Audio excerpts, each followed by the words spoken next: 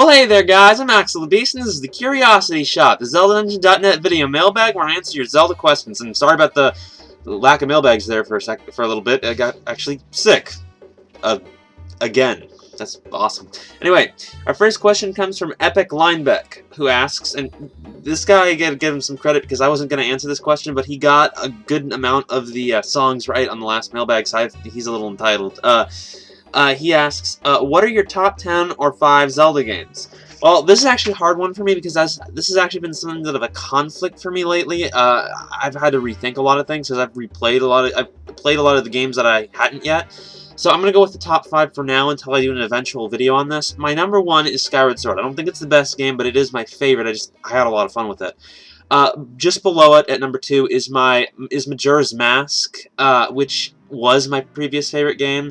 Number 3 is probably the DS titles tied for that spot, because I just had a lot of fun with those ones, even though a lot of people don't like them. And below those 3 is where it gets iffy. I'd probably say something like A Link to the Past and the Minish Cap, possibly Ocarina of Time, something like that. I'm not sure which one would end up getting the 6th spot, though. Anyway, be sure to tell me your guys's, though. Funny Man Production 12 asks, hey Axel, I wanted to know what was the most disappointing game in the series for you, and which last boss fight was the most disappointing for you?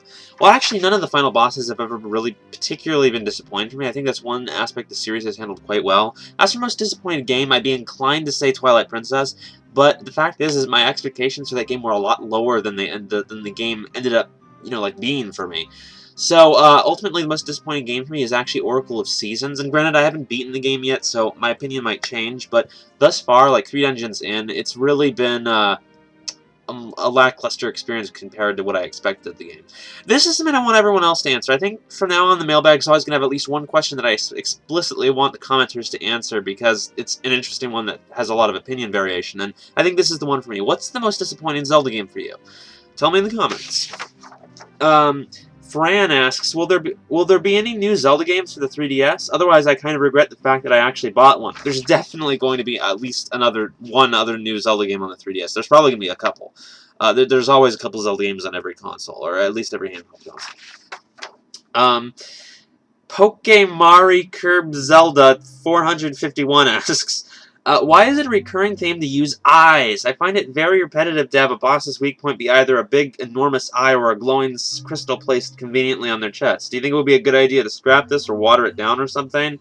Yeah, we could definitely use less of it. It's definitely a little overprevalent. It makes it too easy to figure out what to do, and it makes every boss pretty similar. However, I do think it's nice to see it sometimes, because it is nice to have an obvious place to hit some of the bosses. Sometimes it's cool to have it be a total thing you have to figure out, and you just have to figure out how you're supposed to hurt this thing. But other times it's nice to have a really obvious weak point. It's not always fun to have to figure it out. And I think that the eye thing makes sense, because then the eyes are a pretty sensitive part of the body, and they can cause you a lot of pain to get hurt there. So I think it fits. I don't have a lot major complaints about it, except in games where they really overuse it. So yes and no, I do partially agree with you. Phantom Triforce asks, do you prefer long dungeons like in Twilight Princess and Majora's Mask, or short ones like those in the Oracle games, the DS games, and to some extent Skyward Sword? Well, I wouldn't necessarily call the dungeons in any of those short exactly. Skyward Swords were a bit, but I actually spent a fair amount of time in some of the dungeons in Skyward Sword. It's just a matter of how quickly can you figure out what to do. But that said, I do think that the long dungeons in those other games are pretty nice. I don't actually have a preference between the two. I think if the short dungeons really do a lot with their space, and they really make the dungeon very interesting and fun. As long as the run through the dungeon is quite a lot of fun, I don't mind that so much. Length is always nice, but not at the expense of other things. So I think they're both very interesting ways of doing it. A long dungeon crawl versus a quick burst through a really fascinating area. Either can work very well if they do it the right way. I'd say about an hour is the ideal dungeon length, short or long or whatever. I think spending an hour to maybe 2 hours in one sitting, if you kind of know what you're doing, that sounds like a pretty good dungeon run for me. And that's my average. Even in Skyward Sword, I spent about that. So, yeah. Darklink27 asks, when Zelda sings in Skyward Sword, I think she is talking in Nintendo's own Hylian language, and in the next Zelda game, I think it would be a great idea to have voice acting, but with Nintendo's own Hylian language. What do you think? I like the idea of voice acting in Zelda, though I don't have a particular preference. I don't mind if they have it or don't have it, I just don't care. But the idea of using a Hylian language is interesting. I wouldn't mind that. That worked very well in Shadow of the Colossus, where you're like, they speak gibberish, and there's subtitles, and I think that's a good fit for Zelda. But at the same time, I don't care. Like, I don't mind if they speak English. It doesn't bother me.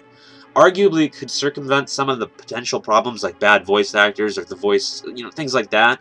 But I don't think those are ultimately going to be much of a problem. If Nintendo's going to do voice acting, they're going to hire good voice actors and really get it done right. So I'm not that worried either way. I don't have no preference. But Zelda, I'm pretty sure she doesn't actually speak any clear language. It's pretty much gibberish in Skyward Sword. Well, sing, whatever.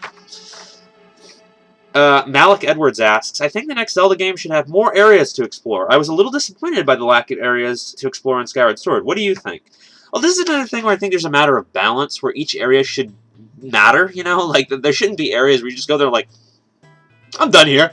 Go. Like, a good example of that in Skyward Sword, for example, would be the sealed grounds. There's just, like, nothing to do there except fight the imprisoned. So, like, I think there's a good balance between an area having a lot to do, which I think Skyward Sword was decent at sometimes, and just having, a lot of areas. I would like to see more areas. Yeah, I like some variety and location, but I'd like to make sure that those locations have stuff to do in them. I think that's having more isn't exactly my priority with the Zelda Overworld. I'd like to have more compelling areas. Hammy Miller asks, do you think that they should or will bring Epona back in upcoming games? I personally didn't like the Loftwings very much because they were only really used as a transport from the sky to the surface. I like the horseback battles in Twilight Princess and being able to shoot arrows at enemies on horseback. Well, I'll admit Twilight Princess did it the best. I think that a lot of Zelda games really don't use the... Well, actually, every other Zelda game that has Epona uses her poorly because she's useless. She doesn't really accomplish anything within the gameplay or the progression of the game. She's just there. Whereas in Twilight Princess, there was some usefulness there, and I like that. I still think that they're going to include Epona, and I talked about this on a podcast segment, but they really need to fix Epona and make her important, involving, and without sacrificing interesting ground content in the overworld. They shouldn't have an overworld where you just run through a field and then that's it, you're done. They should have an overworld where you actually have things to look for, and the horse is just a way to get to each area and get there quickly. That's what I think they should do. If they're going to do the horse again, I'd like to take a break from the horse idea, because some fans seem to think it has to be there, but if they're going to use it, they need to work on it a bit and fix it up. Look out! Behind you! Oh, you got me. Asks, I love the weapons like the Dominion Rod, Spinner, and the Ball and Chain from Twilight Princess, but was disappointed that they didn't serve much function outside of their respective dungeons. Did you feel the same about this? Do you think that this is something Nintendo needs to work on? Yeah, I definitely think that in Twilight Princess, they underused the items. I mean, people say that, oh, they're at the end of the game, of course they weren't used that much. Well, they still could have had you go back and find stuff, or use them in the, frankly, many areas that came after, because you find those... The first one, the Spinner, you get that, like, halfway through the game. This is the halfway point. That's no excuse to not continue using these throughout the game. So I really think that they should have improved on that, yeah. And that's one of Twilight Princess's faults, but other games do this, too. Young Valiant 343 asks, Hi, Axel. I'm new to the mailbag and wanted to say to keep up the great work. Thank you. But in Skyward Sword, I noticed the damage you take was really overpowered, because I died when I wouldn't have died if the enemy was in a different Zelda game. Did this overpowered damage cause any problems for you? No, it's sort of like exactly what I've been wanting them to do. I think that the enemies in, like, Twilight Princess did, like, no damage. Like, Ganondorf always takes away pretty much a fourth of your heart, no matter what, and that's, like, the final boss of the game. So I really think that Skyward Sword fixed that and made it so different enemies could do a lot of damage. Maybe it was a bit overboard, but I think that the difficulty in Skyward Sword was pretty ideal. Juicy J asks, who do you think will win in a fight, Demise or Ganondorf? Kind of tricky thing there, because they're almost the same person. I mean, you can argue that Demise was the big demon king at the beginning of the timeline, and he'd have the most power.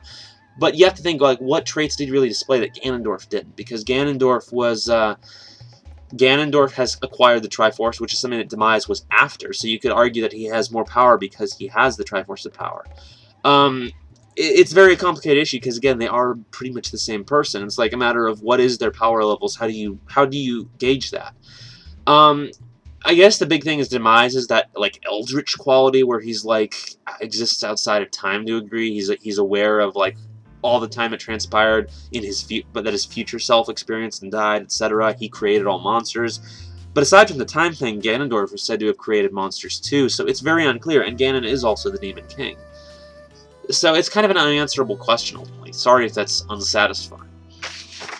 Alright, last question. Asilitem asks, do you think that future Zelda games should let you choose between different difficulties, like easy, medium, and hard? Yeah, definitely. Alright guys, that's it for this time. Be sure to send your questions to the contact page in the description, and I'll see you guys later. My best friend asks, do you think Zelda was inspired by the movie Legend? For Ganon Band. Well, hey there guys, I'm Axel... okay.